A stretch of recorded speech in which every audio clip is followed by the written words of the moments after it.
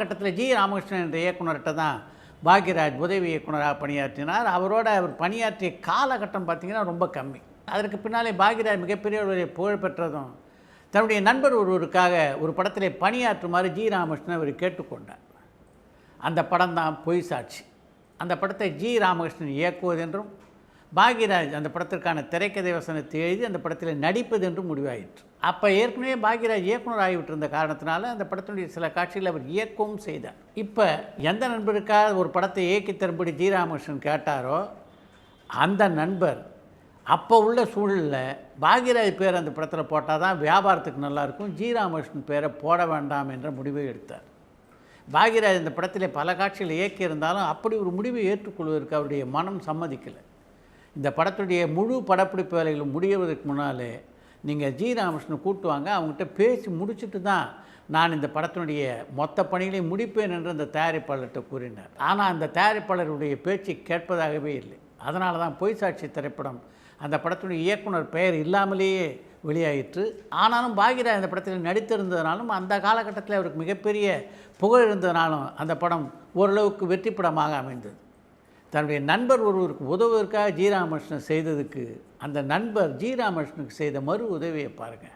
AB நாராயணுடைய திரையுலக வாழ்க்கையில் திருவிளையாடல் திரைப்படம் எவ்வளோ முக்கியமான ஒரு படம் அப்படின்றது எல்லோரும் அறிந்த ஒரு விஷயம். அந்த படம் மிகப்பெரிய வெற்றியை ஈட்டிய படமும் கூட. அந்த படம் தயாரிப்பில் இருந்தபோதே அந்த படத்தில் நடித்து கொண்டிருந்த நடிகர் நடிகைகள் தொழில்நுட்ப கலைஞர் எல்லாருக்குமே அந்த படத்தின் மேலே ஒரு ஈர்ப்பு பிறந்து விட்டது. நிச்சயமாக ஒரு மிகச்சிறந்த படமாக அந்த படம் வெளிவரும் அப்படின்றதில் அவங்க யாருக்குமே சந்தேகம் இல்லை. அதனால் படப்பிடிப்பு தளத்தில் ஒரு நாள் ஏபி நாராயணன் எல்லோரும் சேர்ந்து பாராட்டியிருக்காங்க. ரொம்ப பிரமாதமாக இந்த படத்தை பண்ணியிருக்கீங்க, நிச்சயமாக இந்த படம் பேசுகின்ற ஒரு படமாக இருக்கும்ட்டு. உடனே ஏபி நாராயணன் விட்ட பதில் சொல்லும்போது, நீங்கள் என்னை இப்படி பாராட்டுற அளவுக்கு நான் ஒன்றுமே பண்ணல, இப்போ தான் அக்கண்ணாலேருந்து ஆவண்ணாவுக்கு வந்திருக்கேன் என்றாராம் ஏபி நாராயணன். அவர் அப்படி சொன்ன உடனே அவர் என்ன சொல்கிறாருன்னே பக்கத்தில் இருந்தவங்களுக்கு புரியல. அப்போ ஏபி நாராயணுடைய நண்பர் ஒருத்தர் பக்கத்தில் இருந்தவர் அவங்களுக்கு எடுத்து சொல்லியிருக்காரு. அவர் என்ன சொல்கிறாருன்னு உங்களுக்கு புரியலையா? அவருடைய சொந்த ஊர் அக்கம்பேட்டை, இப்போ அவர் குடி வந்திருக்கிறது ஆழ்வார்பேட்டை, அதை தான் அக்கண்ணாவிலேருந்து ஆவண்ணாவுக்கு வந்திருக்கேன்னு சொல்கிறார் ஏபி நாராயணன் என்றவர் சொன்ன உடனே தான் ஏபி நாராயணன் எந்த அர்த்தத்தில் அதை சொன்னார் என்பதே அந்த சுற்றி இருந்த கலைஞர்களுக்கெல்லாம் புரிஞ்சுதான். ஏபி நாராயணுடைய திரைப்படத்திலே சொல்வளம் எந்த அளவு இருக்கும் அப்படின்றது எல்லோரும் அறிந்த ஒரு விஷயம். திரைப்பட வசனங்களில் மட்டும் இல்லாமல் சாதாரணமாக பேசி கொண்டிருக்கும் போதே எந்த அளவுக்கு சொல்வளத்தோடு அவர் பேசுவார் என்பதை எடுத்து காட்டுகின்ற ஒரு நிகழ்ச்சியாகத்தான் இந்த நிகழ்ச்சியை நான் பார்க்கிறேன். இந்த பாப்புலாரிட்டி அப்படின்றது இருக்க, அது சில நேரத்தில் சங்கடம், சில நேரத்தில் அது ஒரு வரப்பிரசாதம். எம்கே தியாகராஜ பாவருக்கு மக்கள் மத்தியில் இருந்த செல்வாக்கு இருக்க, அது அளவிட முடியாத செல்வாக்கு. இன்றைய கதாநாயகர் செல்வாக்கெல்லாம் நம்ம சொல்கிறோம்ல, அது மாதிரி பல மடங்கு செல்வாக்கை பெற்றிருந்தவர் தான் எம்கே தியாகராஜ பாவர். அவர் ஏதாவது ஒரு கச்சேரிக்கு பாட்டு கேட்க போனார் என்றால், அவர் பாட்டை கேட்டுட்டு அந்த அரங்கத்திலேருந்து வெளியேறும்போது அந்த அரங்கத்தில் இருக்கின்ற மொத்த கூட்டமும் அவருடன் வெளியேறி விடுமா. அப்படிப்பட்ட ஒரு செல்வாக்கினை பெற்றிருந்தவர் எம்கே தியாகராஜ பாவர். இப்படிப்பட்ட அவருடைய செல்வாக்கை ஒரு மனிதர் எந்த அளவுக்கு புத்திசாலித்தனமாக பயன்படுத்தினார் அப்படின்றது தான் இன்றைக்கி உங்களோட நான் பகிர்ந்து கொள்ளப் போகிறேன். அந்த காலகட்டத்தில் ஒருத்தர் ஒரு நாள் அன்னதானம் செய்வதாக அறிவித்தார். அந்த அன்னதானத்துக்கு பார்த்திங்கன்னா ஆயிரக்கணக்கிலே கூட்டத்தை சமாளிக்க முடியாமல் அந்த அன்னதானத்தை அறிவித்தவர் தடுமாறி கொண்டிருந்த போது அங்கே இருந்த ஒரு புத்திசாலி ஒரு அருமையான அறிவிப்பை வெளியிட்டார். எம்கே தியாகராஜ பாவர் 2 தெரு தள்ளி ஒரு வீட்டுக்கு வந்திருக்கிறார் அப்படின்னு ஒரு அறிவிப்பை அவர் உறக்க சொன்னது தான் தாமதம். சாப்பாட்டை பற்றி கூட கவலைப்படாமல் அங்கிருந்த ஆயிரக்கணக்கானோர் வெளியேறிட்டாங்களாம்.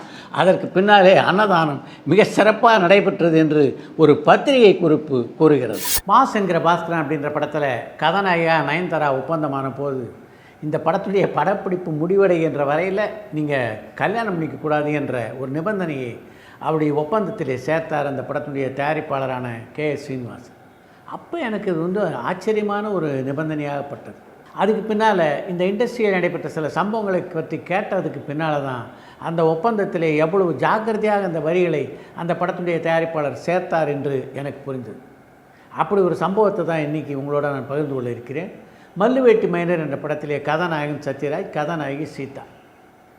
சீதாவுக்கு அந்த படப்பிடிப்பு குழுவினர் வண்டி அமைச்சிட்டாங்க. காலையில் 7 மணிக்கு படப்பிடிப்புக்கு சீதா வரணும். 7 ஆச்சு, 8 ஆச்சு, 9 ஆச்சு, சீதா வரல. சீதாவுடைய வீட்டுக்கு தொடர்பு கொண்டால் எங்கே போயிருக்காருன்னு அவங்க வீட்டில் யாரும் பதில் சொல்லலை. எவ்வளோ நேரம் தான் படப்பிடிப்பை நிறுத்தி வைத்து காத்து கொண்டிருப்பது. அதனால் படப்பிடிப்பை ரத்து செய்துவிட்டு சீதாவுடைய வீட்டுக்கு போனார் அந்த படத்தினுடைய தயாரிப்பு நிர்வாகியான வீரையன். அங்கே போன உடனே சிவனுடைய தந்தை மிகப்பெரிய கலக்கத்திலையும் ஏமாற்றத்திலும் இருந்தார். சீதா எங்கே போயிருக்காருன்னு தெரியலையே தவிர யாரோடு போயிருக்கிறார் என்பது மட்டும் அவருடைய தந்தைக்கு நன்றாக தெரிந்திருந்தது.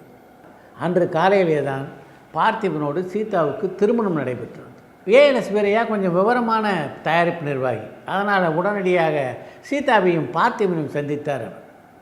சத்யராஜ் நடிக்கின்ற கலைமணியுடைய படம் ஒரு 10 நாள் படப்பிடிப்புக்கு ஏற்பாடு பண்ணியிருக்கோம். சீதா வரலன்னா மொத்தமாக மிகப்பெரிய நஷ்டம் வரும். அதனால் நீங்கள் தான் ஒத்துழைக்கணும் என்று பார்த்திபனும் கேட்டுக்கொண்டார் வீரையா. பார்த்திபனுக்கு சீதாவுக்கு என்ன பயம்னா, சீதாவுடைய தந்தை படப்பிடிப்பு தளத்துக்கு ஏதாவது பிரச்சனை பண்ணுவாரோ என்று அவள் இருவருமே பயந்தார்கள். அப்படி எதுவும் நேராமல் நான் பார்த்துக்கிறேன், என்னுடைய பொறுப்பில் நீங்கள் சீதாவை படப்பிடிப்புக்கு அனுப்பி வைங்க. மாலையில் படப்பிடிப்பு முடிந்தவுடனே 6 மணிக்கு திரும்ப சீதாவை கொண்டு வந்து உங்களிடம் ஒப்படைக்க வேண்டியது என்னுடைய பொறுப்பு என்று சொல்லி சீதாவை இந்த படத்துடைய படப்பிடிப்புக்கு அழைத்து சென்று தினமும் படப்பிடிப்பு நடத்தினார் ஏஎல்எஸ் வீரையா. இது தவிர இதற்கிடையில் இன்னொரு முக்கியமான காரியத்தையும் அவர் பண்ணார். சீதாவுடைய தந்தையை சந்தித்தார். திருமணம் நடந்து முடிஞ்சு போச்சு, இப்போ எதுக்கு வீணாக பிரச்சனை பண்ணிகிட்டு இருக்கீங்க? இந்த படம் மட்டும் இல்லை, இனிமே சீதாவுடைய எந்த படப்பிடிப்பு தளத்திலையும் போய் நீங்கள் பிரச்சனை பண்ணாதீங்க என்று அவரிடமும் ஒரு வேண்டுகோளை வைத்தார் வீரையன். இப்படி கொஞ்சம் அனுபவமான ஒரு தயாரிப்பு நிர்வாகி இருந்ததுனால அன்னைக்கு அந்த பிரச்சனை சுமூகமாக முடிஞ்சுது. இது போன்ற சம்பவங்களை பற்றி ஏற்கனவே கேட்டு அறிந்திருந்ததுனால்தான் பாஸ் என்ற பாஸ்கரன் படத்துக்காக நயன்தாரா ஒப்பந்தம் செய்யும்போது அவருடைய ஒப்பந்தத்தில் அது போன்ற சில வரிகளை கே.எஸ். சீனிவாசன் சேர்த்திருக்கிறார் என்ற விஷயம் எனக்கு பின்னால் தான் தெரிய வந்தது. கலைவாணர் என்.எஸ். கிருஷ்ணனை பொறுத்த வரைக்கும் வாரி வழங்கிய ஒரு வள்ளலாக தன்னுடைய வாழ்க்கையை அவர் அமைத்து கொண்டவர் அப்படின்றது எல்லோரும் அறிந்த ஒரு விஷயம். வள்ளலாக இருந்தது மட்டும் இல்லாமல் எல்லா விஷயத்தையும் கொஞ்சம் வித்தியாசமாக செய்யக்கூடியவராகவும் இருந்தவர் தான் என்.எஸ். கிருஷ்ணன். அவருடைய தயாரிப்பிலே பைத்தியக்காரன் என்ற ஒரு திரைப்படம் 1947ஆம் ஆண்டிலே உருவாகியது. எஸ்.வி. சகசரநாமம், எம்ஜிஆர், எஸ்.எஸ். ராஜேந்திரன் ஆகியோர் நடித்த அந்த திரைப்படத்தை இயக்கியவர்கள் கிருஷ்ணன் பஞ்சு ரெட்டையர்கள். அந்த படம் 100 நாட்கள் ஓடி மிகப்பெரிய வெற்றி படமாக அமைந்ததை தொடர்ந்து அந்த படத்திற்காக ஒரு வெற்றி விழாவை எடுத்தார் என்.எஸ். கிருஷ்ணன். அந்த வெற்றி விழாவிலே அந்த படம் சம்பந்தப்பட்ட எல்லா கலைஞர்களுக்கும் பரிசளித்தார். ஆனால் அந்த படத்தை இயக்கிய இயக்குநர்களுக்கு பரிசளிக்கவில்லை.